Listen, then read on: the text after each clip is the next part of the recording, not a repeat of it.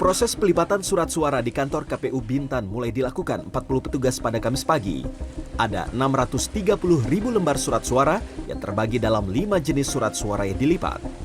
Honor untuk pelipatan surat suara untuk pemilihan presiden dan wakil presiden sendiri, petugas diupah sebesar Rp200 per lembar.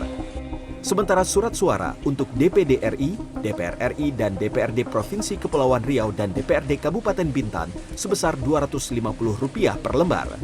Ketua KPU Bintan berharap ada penambahan honor untuk petugas pelipatan surat suara yang tergolong kecil, lantaran pemilu 2024 merupakan pesta rakyat dan harus mensejahterakan rakyat.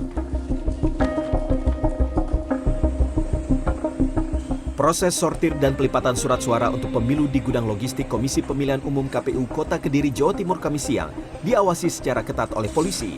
Tidak hanya pengawasan dari polisi, kamera CCTV juga dipasang di dalam dan di luar gudang logistik. Dalam proses sortir dan pelipatan surat suara hari pertama, KPU Kota Kediri fokus untuk surat suara DPD. Total ada 283.792 surat suara yang dilakukan sortir dan pelipatan. Ketua KPU Kota Kediri mengatakan, dalam proses sortir dan pelipatan surat suara ini, pihaknya melibatkan 100 pekerja, yang 10 diantaranya adalah penyandang disabilitas. Ditargetkan dalam 3 hari ke depan, proses sortir dan pelipatan surat suara DPD selesai.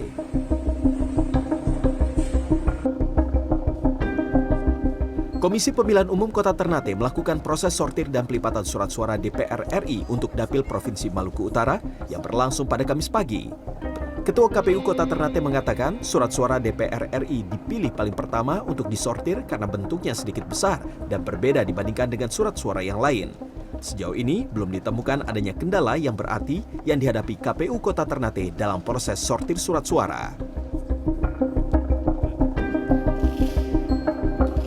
KPU Kabupaten Lamongan, Jawa Timur terus mempercepat proses pelipatan dan penyortiran surat suara di gudang logistik KPU yang berada di kawasan Pergudangan Bulog di Jalan Jaksa Agung Suprapto, Kota Lamongan, Kamis pagi. KPU Lamongan sejauh ini telah menerima lebih dari 3 juta surat suara untuk DPD RI, DPRD Provinsi, serta DPRD Kabupaten.